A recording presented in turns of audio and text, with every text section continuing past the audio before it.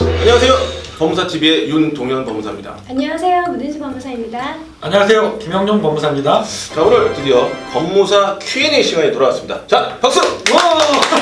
법무사 Q&A가 뭐냐? 여러분들이 법무사 관련된 좀 업무도 아니고 뭔가 법무사 관련된 여러 가지 궁금증들이 있을 수 있잖아요. 근데 좀 사소해, 너무 사소하고 이게 좀 누구한테 물어보기도 좀 애매하고 뭐 이런 것들이 있을 수 있어요. 그래서 그런 것들에 대해서 오늘들이 좀 여러분들에게 좀 알려줄 수 있는 그런 시간을 갖기 위해서 이제 Q&A라는 어떤 주제로 제목을 만들어봤습니다.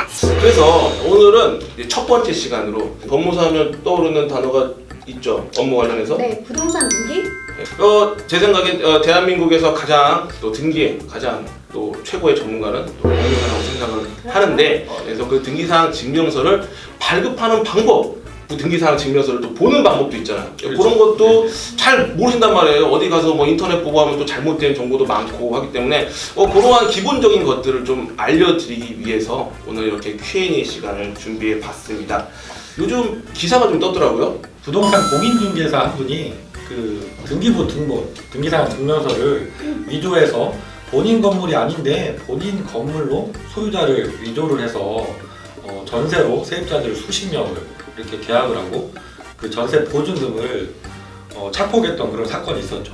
그 을구 전체 분여담권 내역을 전부 다 삭제해서 또 등기부를 위조까지 해가지고 새로운 전세 입자를 또 받아서 사기를 치는 그런 그리고 사건이 이게 있었어요. 등기부를 그 등기사항 증명서를 이렇게 직접 뭔가 뽑아서 자기가 그렇죠. 확인을 해볼 필요가 있겠어요. 그래서 우리가 여러분들에게 좀 사소하지만 잘 또 처음 해보면 또 어려운 것들 있습니다. 그래서 일단 문은지 법무사님께 등기사항 증명서, 등기부 등본 요 차이가 좀 있다고 그랬죠? 그래서 좀 차이점에 대해서 좀 설명 좀 해주세요. 네, 지금 법무사님께서 등기사항 증명서라고 계속 말씀을 하시는데 저희 채널을 보시는 시청자분들께서는 등기사항 증명서가 뭔지 궁금해하실 분들이 있을 것 같아요. 일단 등기사항 증명서란 등기 기록에 기록되어 있는 사항의 전부 또는 일부를 증명하는 서면을 말하는데요. 부동산 등기법 제19조 제1항, 부동산 등기 규칙 제26조 제1항에 서술하고 있습니다. 그리고 부동산 등기부 등본이란 등기부가 전산화되기 전에 수작업 등기부를 필사한 권을 베껴서 쓰는 걸 말합니다.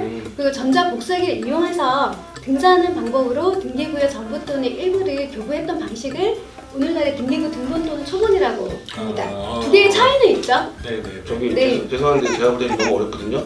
한마디로 좀 차이를 쉽게. 네, 그래서 현재는 등기부가 모두 다 전산화되었기 때문에 네. 등기사항 증명서의 형식으로 발급하는 게 맞습니다. 네. 그래서 등기부 등본이 아니라 등기사항 증명서가 올바른 표현입니다. 옛날부터 써오던 용어가 등기부 등본이라서 그렇게 많이 쓰지만 저희들은 또 공익방송 아니겠습니까? 여러분들에게 올바른 용어를 전달해 드리기 위해서 앞으로 제가 볼 때는 우리 김용룡 법무사님이 가장 오래된 법무사님이기 때문에 제가 볼 때 오늘 등기부 등본이라고 말하는 거 카운터 위에 오른쪽에 올라갔거든요. 그래서 제가 볼 때 여기서 가장 지금 취약한 분이 우리 김용룡 법무사님이기 때문에 다음에 한턱 쏘는 장면까지 한번 영상으로 긴장하고 제가 안 틀리도록 등기부 등본이라고 과연 몇 번을 말하는지 저는 자신 있습니다. 비싼 거 먹어도 되나요? 우리 김리고 이미 카운트 하나 올라가야 돼요. 아까 설명할 때 제가 분명히 들었어요. 등기부 등본이라고 하는 거. 그 다음에 올라가야 되는 겁니다.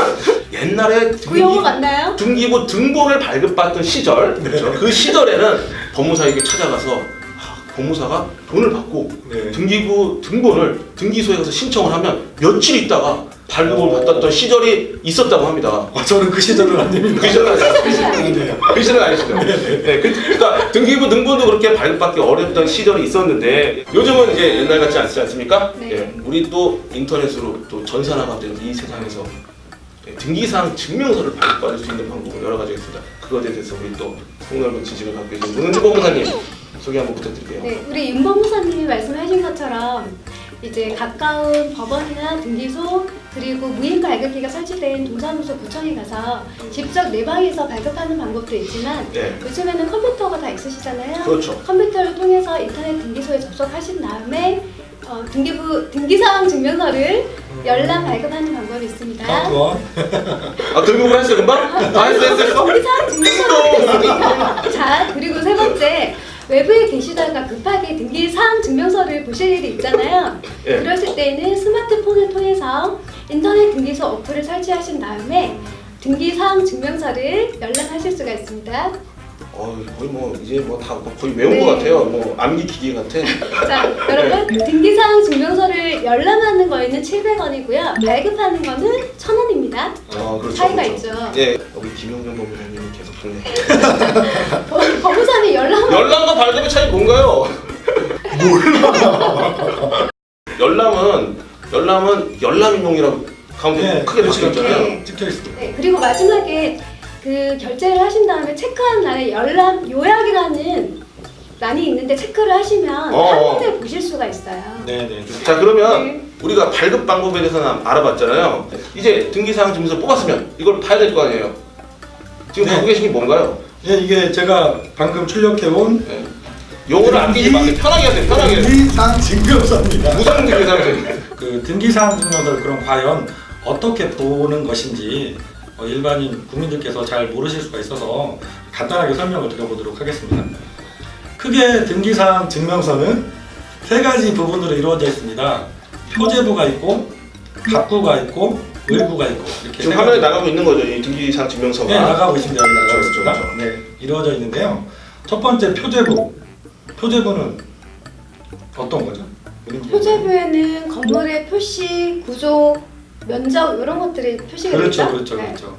건물 그 구조라든가 면적이라든가 뭐 소재 지번 이런 건물 현황에 대한 사항들을 기재하는 곳이 표제부입니다. 그리고 두 번째 이제 등기사항 증명서에 갑구가 있습니다. 갑구. 갑구는 소유권에 관한 사항을 기재하게 되어 있는 곳이라고 아시면 됩니다. 네. 그리고 마지막으로 을구는 소유권 이외의 사항에 대한 등기사항을 기재하는 곳입니다.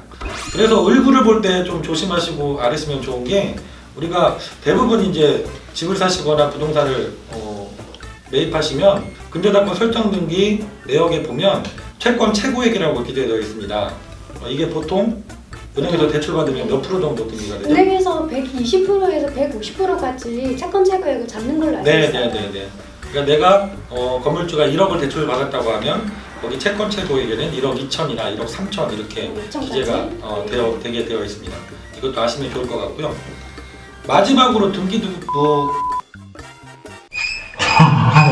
오케이! 박수!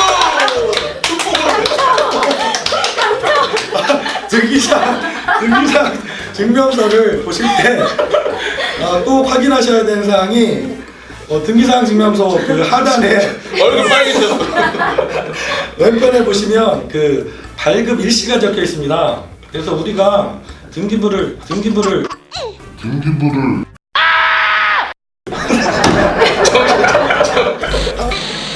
등기사항 증명서를 확인하실 때 그 날짜도 꼭 확인하셔야 됩니다.